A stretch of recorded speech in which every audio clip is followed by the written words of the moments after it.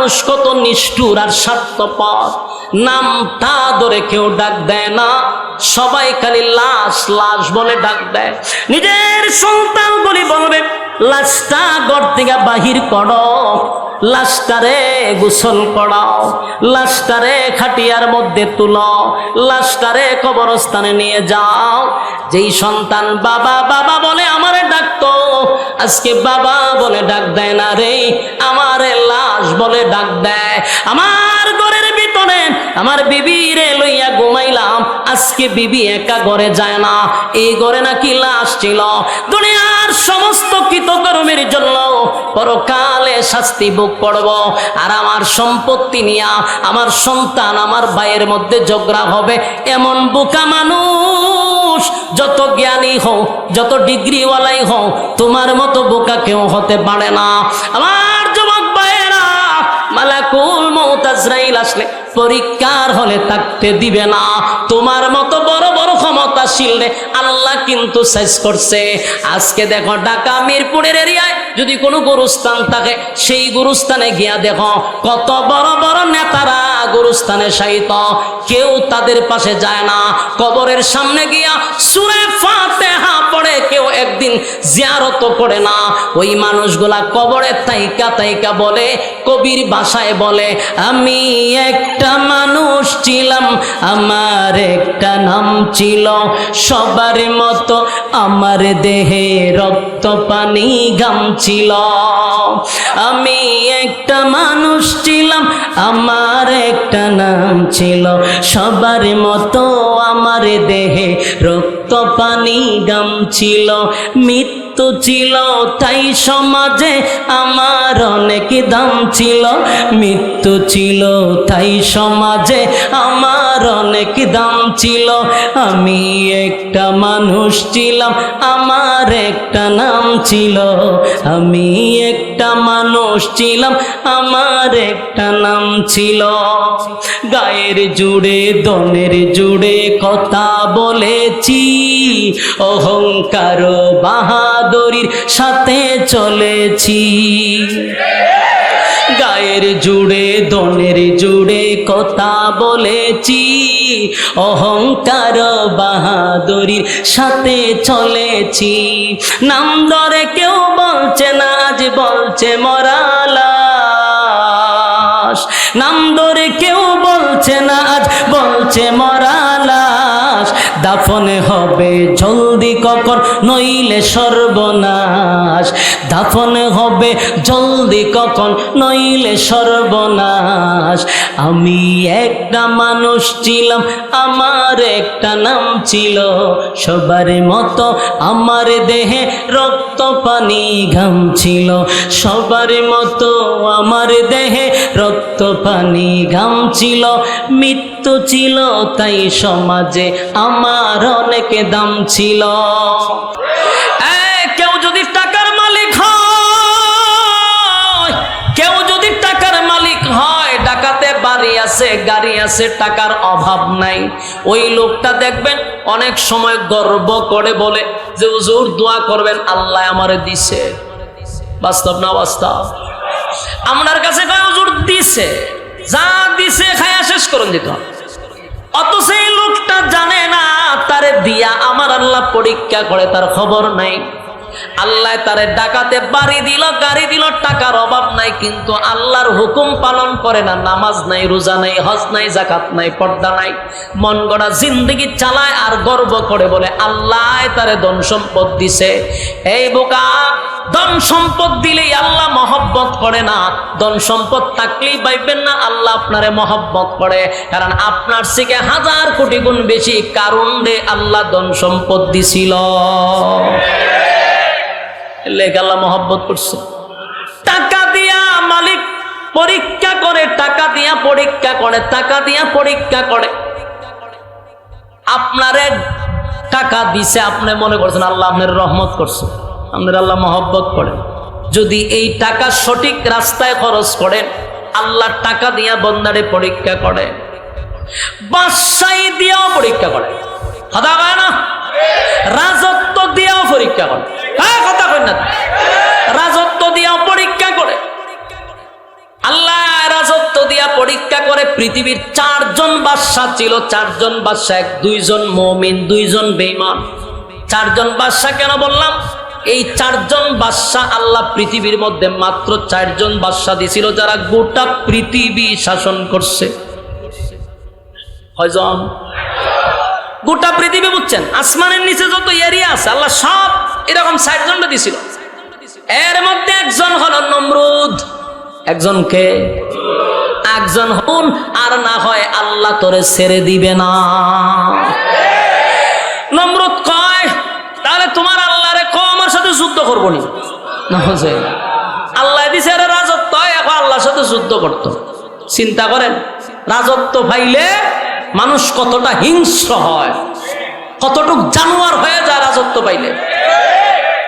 মাঝে মধ্যে রাজত্ব মানুষকে চতুষ্পদ জানোয়ারের চেয়ে নিকৃষ্ট বানায়া দেয়। নমরুদ্দারে আল্লাহ রাজত্ব দেওয়ার পরে নমরুদে হয় আল্লাহর সঙ্গে যুদ্ধ করত। নিচের থেকে তীর মারে আল্লাহরে মারার লেগা। আল্লাহ হয় ফেরেশতা বড় আশা করছে আমার মারতো, আর এ খুব আনন্দে আছে, এর আনন্দ নষ্ট করে লাভ নাই। তীরের মধ্যে রক্ত লাগাইয়া দেয়, রক্ত লাগাইয়া তীর আবার এর কাছে ফিরাইয়া দিছে। এই তীরের মধ্যে রক্ত দিকা ভাই আল্লাহ মাইরা বেশি, নাউজুবিল্লাহ না। এরপরে ডিজে গানের আয়োজন করছে, এ নাচে। ইব্রাহিম খলিলুল্লাহ দিকে নাচস করে তোমার আল্লাহ মাইরা লিছি, নাউজুবিল্লাহ। আল্লাহ কয় তোর ইব্রাহিম নবী কয় বুঝছি, তোর উপরে নিশ্চিত ঠাডা পড়তাছে, লক্ষণ খারাপ, তোর ফাঁক উঠতে গেছে। আল্লাহ মাইরা লাশ পেয়েছে, আনন্দ মিছিল করা। এই নমরুদ ইব্রাহিম খলিলুল্লাহর সাথে বেয়াদবি করছে, অথচ তামাম পৃথিবীর বাদশাহী দান করছিল। আল্লাহ রাজত্ব দিয়া পরীক্ষা করে, কথা কয় না? এই রাজত্ব দিয়া পরীক্ষা করে, ক্ষমতা দিয়া পরীক্ষা করে, কিন্তু কেউ যদি ক্ষমতার অপব্যবহার করে আল্লাহ কিন্তু তারে ছেড়ে দেয় না, তার প্রতিবাদ করে জুতা দিয়া। নমরুদরে সাইজ করছে কি দিয়া? জুতা দিয়া। নমরুদের ইতিহাস থেকে যারা শিখে নাই এখনো কিন্তু তাদের কপালে জুতার বাড়ি আছে না নাই? কারণ আল্লাহ দিছে ইতিহাস পর আর শিখ, যাতে জুতার বাড়ি তোর কপালে না পড়ে। জুতার বাড়ি আছে না নাই? 24 সালের 5ই আগস্টে জুতার বাড়ি শুরু হয়ে গেছে। বাস্তব না বাস্তব? আল্লাহ দিছে ক্ষমতা, তুই এত অপব্যবহার করস করে। আল্লাহ ক্ষমতা দিছে তাই 24 সালে বইয়া বইয়া 41 সালে আতলারা যত প্রোগ্রামে যা খালি 41 সালে এটা করবো, 41 সালে এটা করবো। আরে যেই সময় 41 সাল বলে আল্লাহ মনে মনে কয় আরে 24 সালের 5ই আগস্ট জুতার বাড়ি, হ্যাঁ হয় 41 সাল। বাস্তব না বাস্তব? যখন 41 সাল বলছে তখন কি জানে যে 24 সালের 5ই আগস্ট জুতার বাড়ি? জানে না। এই জন্য ক্ষমতা পাইয়া ক্ষমতার অপব্যবহার করা যাবে না, কারণ তোমার আল্লাহ ক্ষমতা দিয়েও পরীক্ষা করে। যেমন নমরুদরে করছে, ফেরাউনরে করছে। ফেরাউন ক্ষমতা ভাইয়া কি করছে জানেন? 90,000 নবজাতক শিশুরে জবাই কইয়া নীল নদে বাসায় দিছে। এই ফেরাউন না, নীল নদ লাল করছে, ঠিক আল্লাহ নীল নদে ফেরাউনের সুবাইয়া মারছে। বাস্তব না বাস্তব? এলে ক্ষমতা পাইছো, কইবে যে আল্লাহ আমার নিয়ামত দিছে, অপব্যবহার করবা। ওই নমরুদের জুতা, এই জুতা কিন্তু ঘুরতেছে। এখন 24 সালের 5ই আগস্টের থেকে যারা শিক্ষা গ্রহণ করবে না, নেক্সট টাইমে যারা আবার ক্ষমতা দেখাইতে যাইব, আবার ক্ষমতার অপব্যবহার করব, জান্না রাখো 24 সালের 5ই আগস্টের জুতা কিন্তু 30 সালও যাইতে পারে। বাস্তব না বাস্তব? কারণ যদি শিক্ষা গ্রহণ না করো, জুতা কিন্তু মাথার উপর দিয়া ঘুরতেছে। এই জুতা কিয়ামত পর্যন্ত ঘুরবে। যতটা ক্ষমতার অপব্যবহার করবে, সীমা লঙ্ঘন করবে, আল্লাহ ওইটারে জুতাটা দিব। তখন কিন্তু আর ভিন্ন দেশে গিয়েও কিন্তু স্থান পাওয়া যেত না। জামাইর বাড়িতে গিয়েও শান্তি নাই, শ্বশুর বাড়িতে জায়গা নাই, সন্তান সব ফালাইয়া হয়ে গেল, এর বড় জায়গা নাই। কেন? অপব্যবহার করছ, অতিরঞ্জিত করছ। বাবা, আল্লাহ কিন্তু বেশি জুলুম পছন্দ করে না। কেন? তোমাদের গরম বাতে কেউ পানি দিছিল না, তোমাদের মতো তোমরা দেশ চালাও, কিন্তু তোমরা অতিরঞ্জিত করছো। নির্দোষ মানুষদেরকে তোমরা ঘুমাইতে দাও নাই শান্তিতে। তোমাদের নাকের ডগায় জেনাকুর, চাঁদাবাজ, লম্পটরা নাকের ডগায় ঘুরছে, তোমরা কিছু বলো নাই। নির্দোষ মানুষকে তোমরা হত্যা করছো, কারণ ক্ষমতার অপব্যবহার দেখাইছো। আমি আজকের এই বক্তব্য এতটুকুই বলবো, নেক্সট জেনারেশন যারা আসবে তারা যেন শিক্ষা গ্রহণ করে। আমরা উলামায়ে কেরাম ইতিহাস পড়ছি নমরুদের, ফেরাউনের, এজন্য আমরা জানি যে জুতা মাথার উপরে, উল্টা পাল্টা করলে বাড়ি শুরু। তখন ঠিক নেই, নমরুদ দেয় খুব বেটাগিরি দেখাইছে। হ্যাঁ গুলায় এটা কি দেখেন আপনারা, তীর মারছে, আল্লাহরে মেরে লইতো, কত বড় পাওয়ার হের। এই জন্য এই পাওয়ার দেখানো যাবে না, কতক্ষণ ঠিক। আল্লাহ কিন্তু টাকা দিয়েও পরীক্ষা করে। বাদশাহী দিছিল মুমিন দুইজন, একজন যুলকারনাইন বাদশাহ, আরেকজন হলো বাদশাহ সুলাইমান আলাইহিস সালাতু ওয়াস সালাম। সুলাইমান শুধু নবী ছিল না, উনি একজন বাদশাহ ছিল। আর সুলাইমান আলাইহিস সালাতু ওয়াস সালামকে আল্লাহ এমন এক রাজত্ব দিছে, কিয়ামত পর্যন্ত এমন রাজত্ব আল্লাহ কাউরে দিবে না। সুলাইমান নবীর আগেও কাউকে দেয় নাই, সুবহানাল্লাহ। কারণ সুলাইমান নবীর বাহিনী ছিল 3টা দল। কয়টা দল? আমেরিকার প্রেসিডেন্টের বাহিনী কিন্তু এক দল, এটা হলো মানুষ। কথা, মানুষ ছাড়া আর কোনো দল আছে? রবট দিয়ে কি নিয়ন্ত্রণ করেনি? তাহলে পৃথিবীর সবচেয়ে বড় ক্ষমতা যারা বসে আছে তারারও কিন্তু একটা দল মানুষ। আর সুলাইমান নবীর 3টা দল ছিল, একটা হলো মানুষ, আর একটা হলো জিন্নাত, আর একটা হলো পাখি। হ্যাঁ, 3টা দল নিয়ে উনি দেশ চালাইতো। আর সুলাইমান আলাইহিস সালাতু ওয়াস সালাম পিপিলিকার ভাষাটুকু বুঝতো। তার মানে পিপিলিকার বাদশা ছিল, সমস্ত পশু পাখিদের বাদশা ছিল, শুধু মানুষের না, জিনেরও ছিল। সুবহানাল্লাহ। এই বাদশাহী দেওয়ার পরে পরীক্ষা করছে, কিন্তু সুলাইমান নবী এত বড় রাজত্ব পাই একটা সেকেন্ডের জন্য আমার মালিকরে ভুলে নাই। আল্লাহ কিন্তু আইয়ুব নবীরও বাদশাহী দিছিল। নাম শুনছেন আইয়ুব নবী? আইয়ুব আলাইহিস সালাতু ওয়াস সালামকে রাজত্ব আল্লাহ দিছিল, বাদশাহী দিছিল। এত বড় বাদশাহী পাইয়া আমার মালিকরে আইয়ুব নবী ভুলে নাই। আল্লাহ একদিন বলে, ফেরেশতারা, আইয়ুবরে আমি রাজত্ব দিছি, আমার আইয়ুব একটা সেকেন্ডের জন্য আমি মালিকরে ভুলে নাই রে। এমনি এই কথাটা শয়তান শুনছে। শয়তানে শুনে কয়, আল্লাহ সুখে আছে তো এই জন্য আপনারে ভুলে নাই, দুঃখে পড়লে ভুলা যাইব। কে কয়? শয়তান না।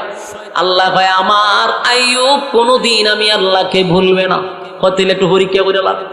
আল্লাহ হয়তো তুই পরীক্ষা কর, হয়তো আমার ফাওয়ার দেন, ফাওয়ার দিলেন না আমি গিরিঙ্গিলে বাজি করতাম। কথা ঠিক, যতটা গিরিঙ্গি বাজ আছে এরা উপর থেকে পাওয়ার পায়। কথা কই না দিন, যতদিন এই 16 বছর যারা গিরিঙ্গি বাজি করছে এটির উপর থেকে পাওয়ার আছে। আর পাওয়ার ছাড়া গিরিঙ্গি বাজি করন যায় না। আল্লাহ কয়, এত শয়তান তো গিরিঙ্গি বাজ, অনেক যে গিরিঙ্গি বাজি করতো, ফাইজলামি করতো, এটা পাওয়ার চায়। আল্লাহ হয়তো না পাওয়ার দিছি। এই পাওয়ার খাইয়া সর্বপ্রথম আইয়ুব নবীর সম্পদের উপরে হামলা করছে। হাজার হাজার উট ছিল আইয়ুব নবীর, এক বাতাস দিয়া সব উট মাইরা লাইছে।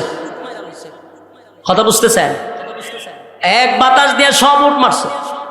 উটের যে দেখভাল করত কর্মচারী কানতে কানতে আইয়ুব নবীর সামনে এসে বলে, নবী গো, কেমনে বলি আপনার সামনে, এত বড় ক্ষতি হয়ে গেছে, আমার শরীর কাঁপতেছে, আপনার সামনে কেমনে বর্ণনা করি, এত বড় ক্ষতি হয়ে গেল।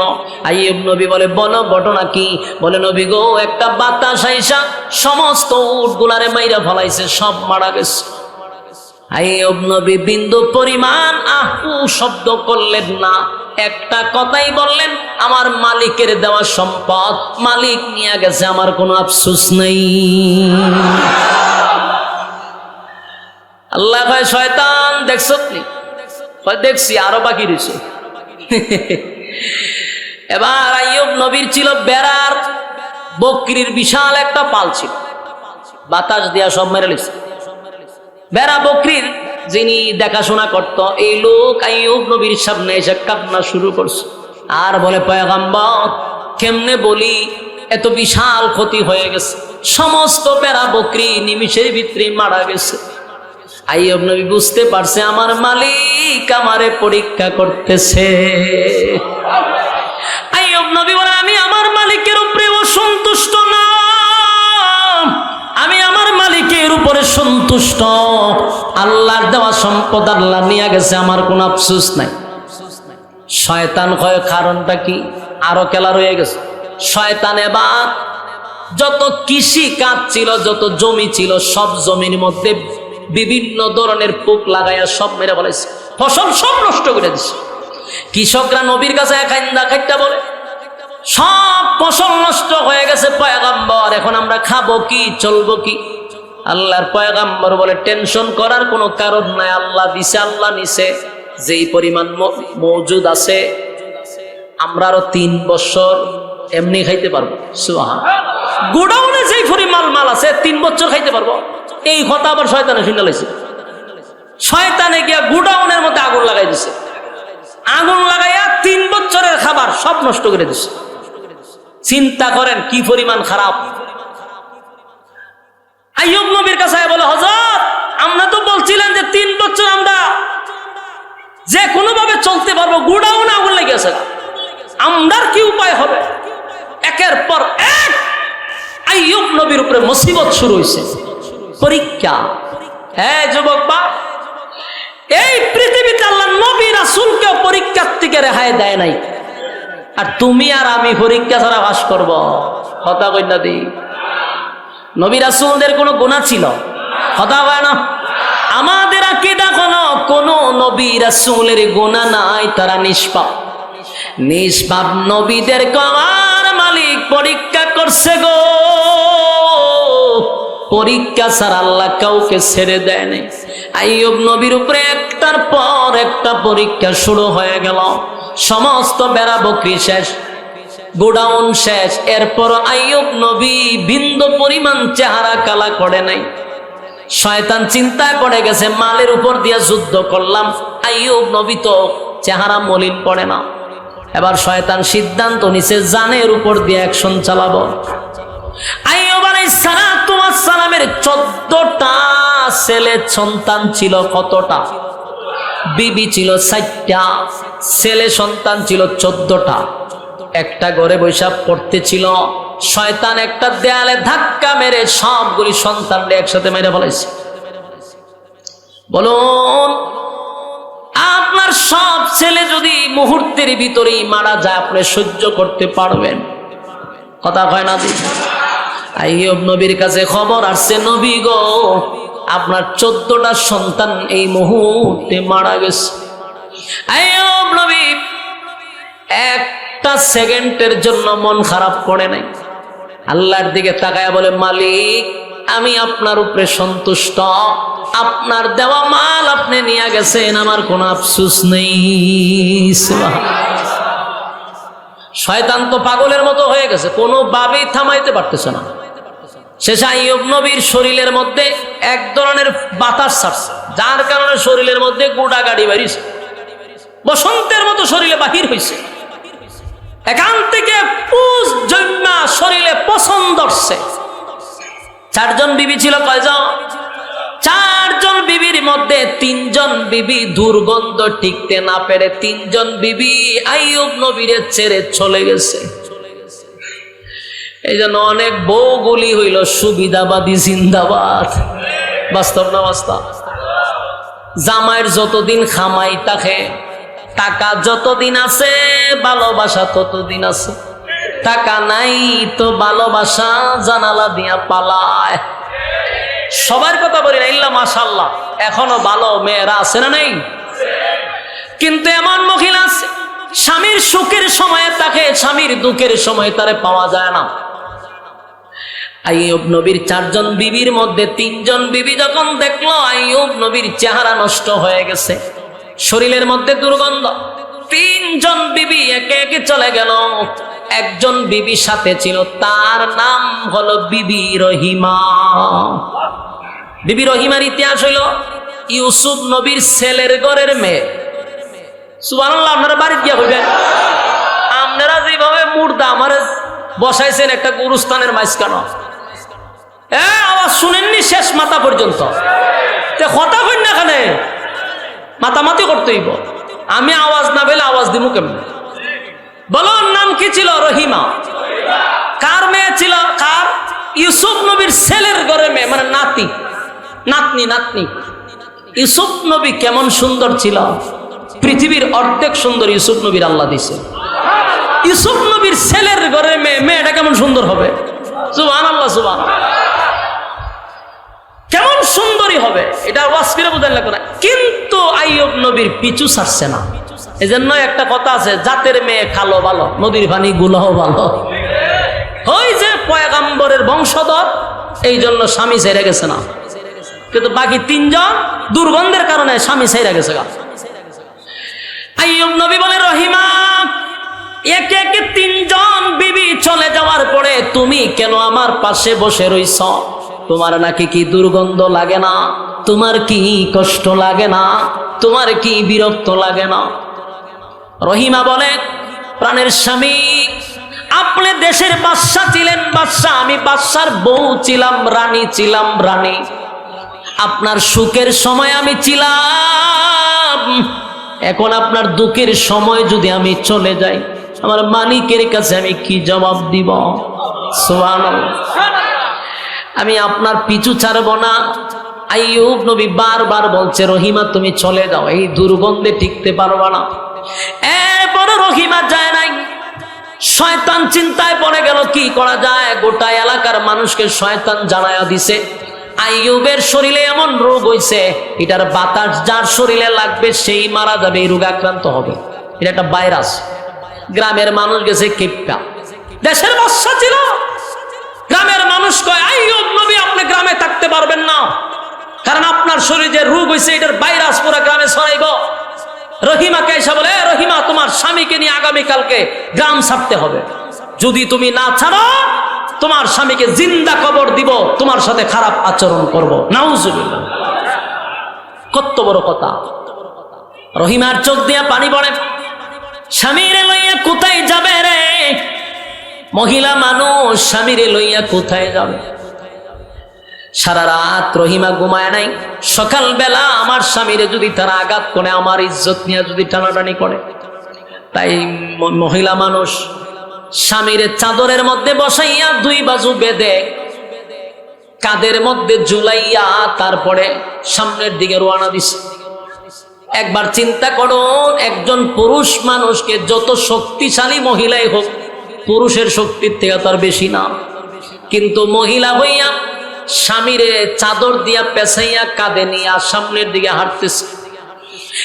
এক গ্রাম সাইরা আরেক গ্রামে গেল, সেখানে স্থান দেয় নাই, অন্যথায় একটা জঙ্গলে গিয়া আশ্রয় নিছে। জঙ্গলে যাওয়ার পরে রহিমা যে কিছু নিয়ে আসছিল সব খাওয়া, সেজন খাবে কি? পেটে কি দা? স্বামী খাবে কি? কেউ খাবার দেয় না। রহিমা নিজে মানুষের বাড়িতে গিয়ে ছদ্মবেশে মানুষের ঘরে গিয়া কাজ করে। একবার চিন্তা করেন, উনি কিন্তু রানী ছিল। আমার কথা কি বুঝতেছেন? বাদশার বউ মানে কি? আবার পয়গম্বরের বউ, আবার সাধারণ সুন্দরী না, হাজার হাজার লক্ষের মধ্যে একটা মহিলা। এই মহিলা এখন স্বামীর জন্য মানুষের ঘরে গিয়া কাজ করে। শয়তান এটাও জানছে যে রহিমা মানুষের ঘরে কাজ করে, আইয়ুব নবীরে খাবার দেয়। শয়তান মানুষের কাছে জানায়া দিছে, তোমাদের ঘরে যে কাজ করে জানো এটা কেডা? বলে কেডা? বলে আইয়ুব নবীর বউ।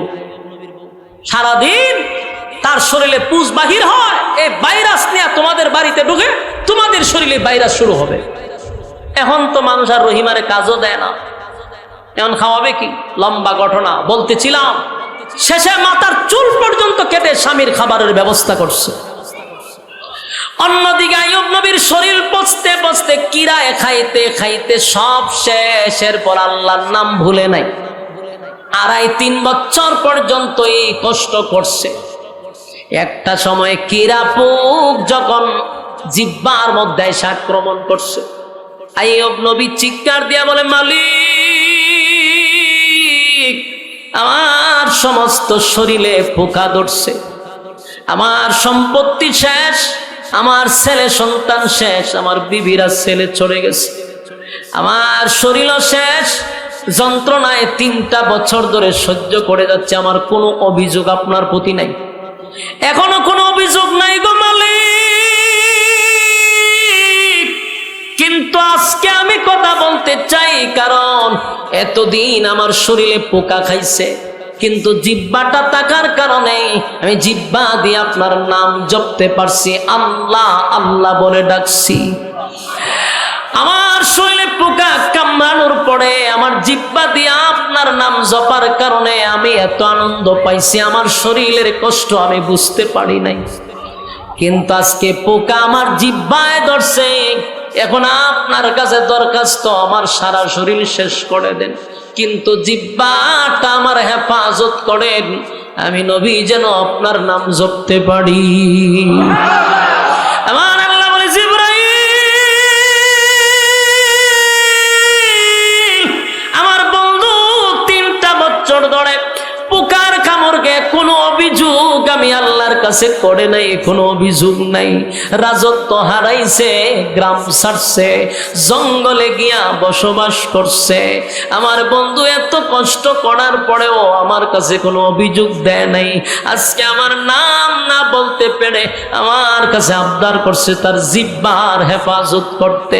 জিবরাইল রে, আর করতে কষ্ট করতে হবে না, আমার বন্ধু পরীক্ষায় ফার্স্ট ডিভিশনে পাস করছে।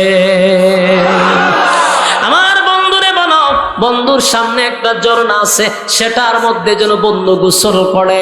বন্ধু যখন গোসল করতে নামলো, ডুব দিয়া যখন আবার ওইটা দাঁড়াইছে, এমনি তাকায়া দেখে আগের চেয়েও চেহারা সুন্দর হয়ে গেছে, একটা পোকা নাই, শরীরে কোনো দাগ নাই, আগের চেয়ে সুঠাম দেহের অধিকারী হয়ে গেছে, চেহারা আগের থেকে আরো সুন্দর হয়ে গেছে। অন্যদিকে বিবি রহিমা মানুষের দ্বারে দ্বারে স্বামীর খাবারের জন্য বাহির হইছে, খাবার নিয়ে আইসা দেখে স্বামী তো স্বামী নাই, যেন আগের চেয়ে আরো সুন্দর হয়ে গেছে। রহিমা চিৎকার দিয়া বলে, আমার স্বামী গেল কোথায়, আমার স্বামী গেল কোথায়? আইয়ুব নবী বলে, প্রাণের বিবি হে, আমার আল্লাহ আমার সমস্ত রোগ বালা মুসিবত দূর করে আমারে আল্লাহ সুন্দর সুঠাম দেহের অধিকারী বানাইছে।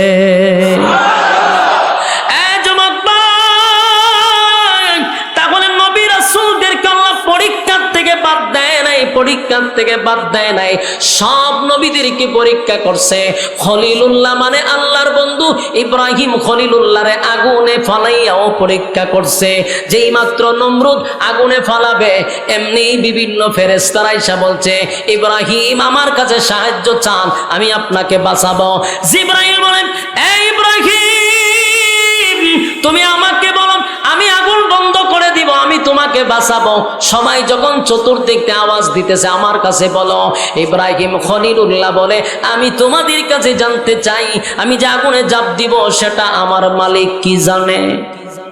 হয় জানে, তাহলে আমার মালিক আমারে বাঁচাবে, তোমাদের কাছে কেন সাহায্য চাইব? সুবহান। ইব্রাহিম খলিলুল্লাহকে আমার মালিক পরীক্ষা করছে, সন্তান দিয়া পরীক্ষা করছে, আগুন দিয়া পরীক্ষা করছে। সবচেয়ে বেশি পরীক্ষা ইব্রাহিম নবীরে করছে। কোন নবীরে পরীক্ষা ছাড়া জান্নাত দিবে না। নবী রাসূলকেও পরীক্ষা করছে। জাকারিয়া আলাইহিস সালাতু ওয়াস সালামের নাম শুনছেন, বেঈমানদেরকে কালেমার দাওয়াত দেয়, কেউ কালেমা পড়ে না, কেউ কালেমা পড়ে না। একটা সময় বেঈমানরা হযরত জাকারিয়া আলাইহিস সালাতু ওয়াস সালামকে মারার জন্য যখন দৌড়ানো শুরু করছে, জাকারিয়া নবীরে শেষ করে দিবে। জাকারিয়া নবী দৌড়াইয়া একটা গাছের সামনে গিয়া এমন মুসিবতে পড়ছে, জাকারিয়া নবী বলে, গাছ রে, এখন আমি কি করব, আমার একটু বাঁচাও। সাথে সাথে গাছ পেরে গাছের ভিতরে জাকারিয়া নবীরে ঢুকায়া দিছে। সুবহান। শয়তান আয়া হাজির, মানুষ আয়া তালাশ করে জাকারিয়া নবীরে দেখছে সামনে, কিন্তু এখন নাই। শয়তান মানুষের সুরত ধরে এসে বলে, তোমরা কারে তালাশ করো? বলে, জাকারিয়ারে তালাশ করি। বলে, জাকারিয়া তো গাছের ভিতরে ঢুকছে। মানুষ কয়, তোমার মাথা কি ফচ্ছে, গাছের ভিতরে মানুষ ঢুকে কেমনে? কিন্তু চতুর্দিকে ঘুরে দেখে যে জাকারিয়া নবীর পাঞ্জাবির একটা কোনা গাছের দিকে বাইরে গেছে। এবার শয়তান বলে, তোমরা যদি বিশ্বাস না করো তাহলে গাছের মধ্যে দেখো তার পাঞ্জাবি আটকানো এবং গাছের ভিতরে ঢুকছে, এটা সে জাদু দিয়া ঢুকছে। নাউজুবিল্লাহ। মানুষ বিশ্বাস করছে। এবার মানুষ বলল যে এখন কি করা যায়, বলে গাছটারে খরাত দিয়া তোমরা ছিড়ালাও, খরাত দিয়া কাটতে ভালো। করাত নিয়ে আইছে, আয়া যখন করাত দিয়া শুরু করছে, করাত চিনুনি, করাত দিয়া কাটা শুরু করছে। জাকারিয়া নবী দেখে তার মাথার উপরে দিয়া কথা করাত চলতেছে। এবার জাকারিয়া নবীকে ঈমান হারা করার জন্য শয়তান কিন্তু বহু চেষ্টা করছে, যে জাকারিয়া নবী যেহেতু গাছের কাছে সাহায্য চাইছে, শয়তান তো বড় আলেম, সে চিন্তা করছে জাকারিয়া নবীরে যদি হত্যা করা হয় তাহলে এই মুহূর্তে সে বেঈমান হয়ে মারা যাবে। নাউজুবিল্লাহ।